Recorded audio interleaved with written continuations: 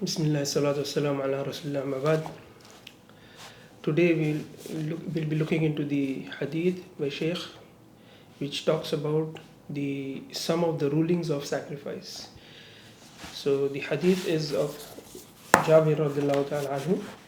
It goes as an Jabir radiallahu anhu قال رسول الله صلى الله عليه وسلم لا تذبحوا إلا مسنة إلا أن يعصر عليكم فَتَذْبَحُوا جَذَعَةً مِنَ الضَّعْفِ أخرجه المسلم. Jabir radiallahu ta'ala anhu narrated that Allah's Messenger sallallahu alayhi wasallam said, "Do not slaughter except a musinna, unless it is difficult for you, in which case slaughter a jadha from sheep." Reported by Muslim. So this hadith is evidence that a condition for the correctness of the sacrifice is that the animal has reached his age and its age, which is allowed by the legislation. This is due to the statement of the Prophet sallallahu alaihi wasallam, "La tadbahu illa musinna." Do not slaughter except a musinna. So a musinna is thaniya. In Arabic, musinna is thaniya, and a jad'a is younger than that. So what are these two terms? A thaniya among the camels is what has completed 5 years. So from the camels, a thaniya is that which has completed 5 years. And from the cow, it is that which has completed 2 years. And from the sheep and goats, it is that which has completed 1 year. And jada'a means that which is 6 months, which is from the sheep, which is 6 months. So here there is an exception for the sheep. So it is permissible to sacrifice them if they are jada'a, and that is what has completed 6 months. What is apparent from the hadith is that the jada'a of sheep is not permissible except if the musinna is difficult. So if you don't find a year-old sheep, then 6 months old sheep is not permissible, according to this hadith. But the scholars, they say that it is recommended to have this, but the 6 month is permissible, based on the other evidences, such as it was lost or one cannot afford it. So in such a case, you can go for a 6 month sheep. So if you had a sheep or an animal and it gets lost, or something happens to it and it's difficult for you to find something similar or better, then the scholars, they say that you can go for a 6 months older than 6 months sheep.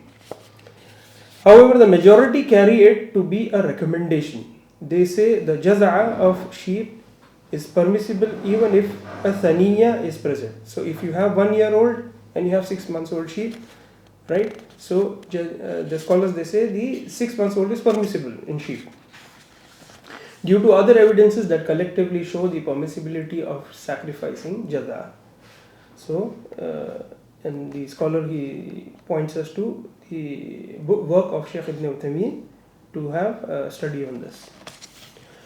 So the other aspect is that when a person purchases an animal to sacrifice, so the Shaykh, he says that when he purchases an animal to sacrifice, he should specify that either by words such as saying this is a sacrificial animal, hadihi udhiya, or by slaughtering it on the day of Eid with the intention of being a sacrifice. So these are two conditions where the animal becomes a sacrificial animal. So even if in the latter case he had not uttered any words that hadihi udhiya or this is a sacrificial animal. Now there are certain points that needs to be taken care of when a person buys an animal for sacrifice. So once he buys an animal, he marks it for sacrifice, then he has to first understand that this particular animal, it is not permissible for him to sell it or gift it or exchange it except with something which is better. The scholars, they say if the person who specified it dies, it is slaughtered on his behalf and his inheritors take his place in eating it and giving it to giving it as gift or in charity. So the inheritors will be responsible for distribution of the slaughtered animal. But even if he dies, this slaughter should be completed. The second point the Shaykh he brings is it does not suffice if a fault arises in it, such as a clear limp, and if that is due to the negligence of the owner. So if there is a fault in the animal after you buy it and there is negligence from the owner because of which this fault has occurred, then he must replace it with a healthy one. This is what the scholars say. But if that is not from the negligence from the owner, then he can slaughter it and it suffices it. So there is no burden on him. Similarly, if the animal is lost or stolen and that is due to the negligence of the owner, then he must replace it. But if it was not due to that negligence, then there is nothing that obligates him to slaughter another animal. If he finds it, meaning if it's lost or stolen, he finds the animal, then whenever he finds it, whether it is in these days or later, that he has to slaughter it. If he slaughters it, even if the time of slaughtering has passed, and he deals with it as if he slaughtered it during the days of sacrifice. So the moment he finds it, he does the sacrifice as if he's slaughtering in the days of sacrifice. The fourth point that the Shaykh brings is that it is not permissible to sell anything from it. So the first is to sell the animal as a whole when he's alive, and second is after you slaughter it, that you sell part of the animal or to give to the butcher who sacrificed the animal for you in exchange for his fees. So in exchange for his fees, you should not give the animal, the meat of the animal to the butcher. But if you can gift it to the butcher, any part, as you would be gifting it to anyone. So that is allowed. But to give it in exchange, okay, I will not pay you your fees for slaughtering this animal, but you can take this much portion of the meat or something, this is not allowed. As for if some of the meat of the sacrifice was gifted to the butcher or given to him in charity, then he can do with that as he wishes, including gifting it to others or selling it, because he now owns it completely. So after he takes it as a gift from the not as a feast, then he is responsible to do whatever he wants to do from the